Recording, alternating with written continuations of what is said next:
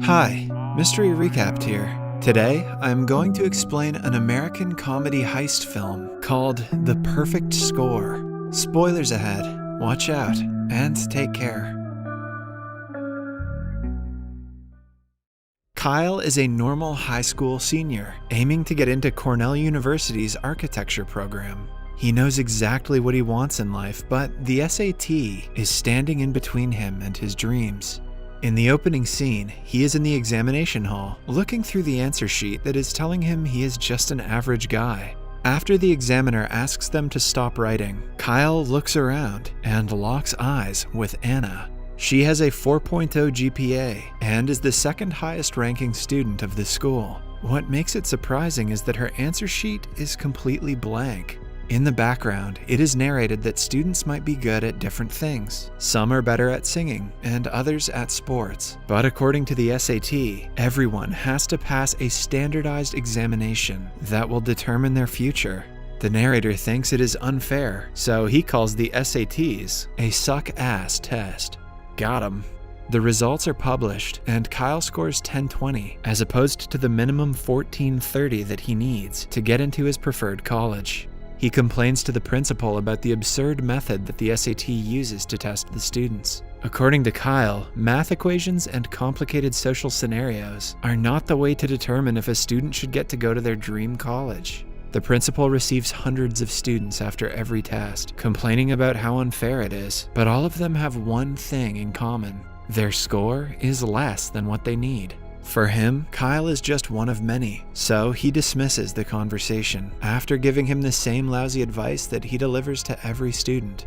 Then, we are introduced to Maddie, Kyle's dumb best friend, and his right-hand man. He has an average GPA of 2.3 and is not so good at studying.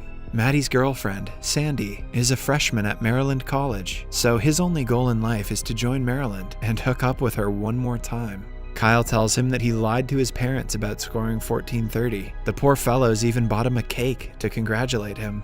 His older brother, Larry, is a bigger idiot than Maddie. He lives on top of his parents' garage that he claims is a different house because it has a separate phone line. Larry accidentally blows the zero from the candles and jokes about how he got a 143 SAT score back in his day. Later, the friends go to the Educational Testing Service Center, commonly known as ETS, to complain about the unfair system. However, the receptionist stops them because many students like them come to complain about their SAT scores every day. As they are asked to go away, a girl proudly walks into the building. She is the talk of the town and the dream of every high school guy, Francesca. She walks into the building like she owns it, which is untrue because her father is the one that owns it. That evening, Kyle and Maddie drink while thinking of a way to ace the next test. Maddie calls his girlfriend Sandy, but a man picks up her phone. The call ends in only a second, but Maddie registers that she is cheating on him. He blames the SATs and suggests they steal the answers for the next test. Kyle laughs it off at first, but starts to take the idea into consideration.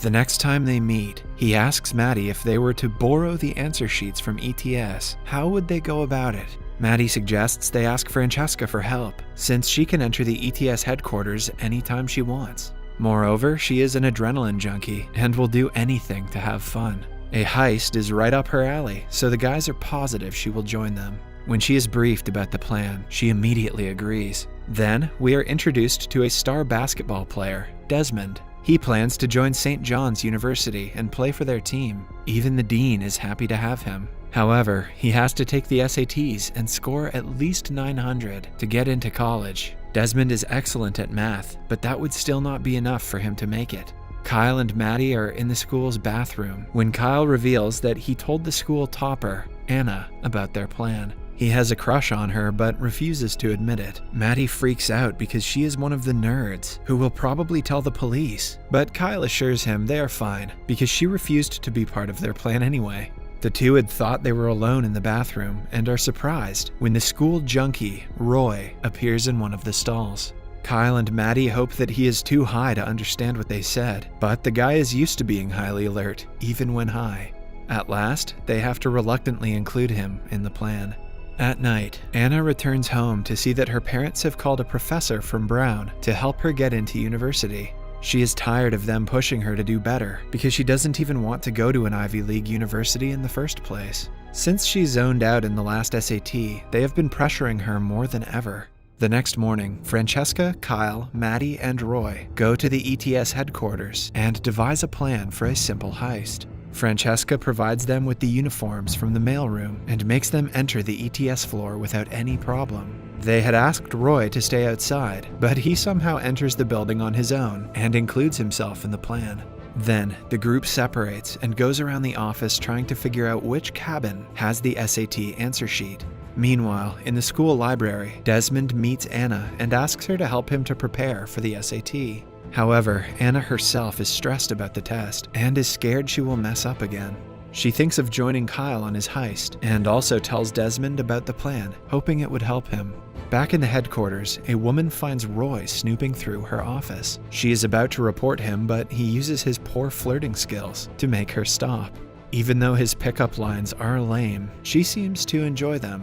In the other room, an office worker calls Kyle and hands him the SAT question sheet. Kyle is left stunned, but it turns out that the man mistook him for a worker in the copy room. He asks Kyle to print 2 copies of the paper and hand them back. Kyle happily goes to the copy room, but accidentally shreds the paper instead of copying it. They are back to square one because of his stupidity. Following that, Anna meets Kyle and asks to be included in the plan along with Desmond. Kyle had lost hope, but now that Anna wants to be part of the plan, he thinks of another way to acquire the paper. He collects the blueprint of the building from Francesca and asks her to get all the security codes. Anna spies on headquarters security guard and finds out the routine of the rounds he takes every night. Then, they decide to meet at Kyle's brother's place to go over the plan one last time. While Francesca is coding something, Roy helps her, proving that he is a technical genius. Kyle keeps it in mind because they might need his help in case of an emergency. In other words, in case they need to do a stupid 90s hacker scene. Then, he briefs them on the plan. Although it is a little shaky and success isn't guaranteed, the group agrees to help him. The next day, Roy, Desmond, and Anna stay outside the ETS headquarters to keep an eye on the building's guard. Meanwhile, Kyle and Maddie enter the building and wait until the top floor is cleared. When all the employees go home, Francesca distracts the security guard, giving the two an opportunity to run to the roof. From there, they use a rope to enter the topmost floor and get to the room where the papers were supposed to be kept. However, it turns out that the floor has been renovated since the blueprint was made, and they do not know where the papers are. They refuse to return empty-handed and start brainstorming other ideas. Kyle remembers that the man who ordered them to print the papers also has a copy on his desk. They go to his office and start looking around with their flashlights. Just then, the security guard steps outside to smoke. The flashes of their lights are clearly visible from the guard's view, so Anna quickly calls the group to alert them. They turn the lights off seconds before the guard sees them. After that, they finally find the room they are looking for, but the answer sheets are nowhere to be found. As a last resort, they try to open the computer, but it requires a password. They call the technical genius Roy for help, but they will have to distract the guard before letting him in. This time, Maddie comes up with a plan and calls his friend to deliver flowers and alcohol to the guard's name. When the guard is busy receiving the gifts, Roy runs inside. Along with him, Anna and Desmond also come, thinking that they might be of help. Then, Roy predicts the password using a picture on the table. The group finally gets their hands on the question paper, but to print it out, they will need 3 more passwords. They lose all hope and are about to return, but Kyle refuses to give up. He says that they can solve the answers in time before the guard comes for a routine round. Everyone else laughs at him because if they could answer the questions, they wouldn't have to be there in the first place. He reads the first question out loud, and Anna answers it instantly. She couldn't answer the questions in a classroom because of stress, but when she is with them, she can easily solve the paper. Desmond is also excellent at math, so he and Roy solve the math portion of the test, while Anna and Kyle solve the verbal. Lastly, Francesca and Maddie are told to watch the lobby. While waiting, they get into a conversation about Maddie's girlfriend Sandy, who doesn't call him anymore. Francesca tells him that it is over and asks him to get over her, but Maddie gets irritated by the comment. Suddenly, she kisses him and claims that he would be a good boyfriend to whoever he loves. A while later, they get done with the questions and finally get ready to leave. Roy tries to climb up first, but the others pull him down, noticing that he has stolen supplies from the office. Desmond makes him put them back in their places, while the others continue climbing up. Anna and Kyle easily make it to the top, but the security guard comes for the rounds before the others can escape. Desmond, Maddie, and Roy are in the safe zone, but Francesca is about to be caught. At that moment, Maddie decides to come in front of the guard to save her. While the others climb to the rooftop, he surrenders and is arrested. Well, no one said simping was easy. The next morning, Francesca steals money from her father and bails Maddie out. They reunite and kiss. Maddie doesn't want to take the SATs anymore because he thinks he's better off not going to college. He wants to take a year off to find out what he wants to be in life. Anna is also a different person from who she was yesterday. She stands up to her mother for the first time and declares that she isn't going to Brown. Following that, the group gathers and Kyle hands them the answers. However, Anna refuses to take them because she wants to go to Europe for college. Desmond and Roy also do not want it because Roy wants to start creating online games, and Desmond has gained confidence after solving the questions during the heist. Francesca, who already had a perfect SAT score, has no use for the answers, and Maddie is also not taking the test. At last, Kyle too refuses to use them. Because they are of no use now, Roy hands them to his junkie friends, who ace their test because of it. A few months later, Desmond takes the retest and gets into his desired university. Maddie starts to audition for acting roles, while Francesca sells her first novel.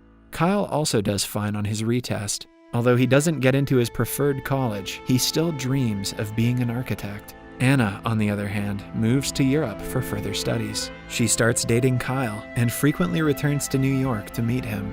Lastly, Roy sells a hit online game, making millions of dollars. In the ending scene, we see him living his best life.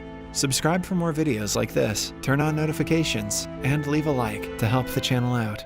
Thank you for watching.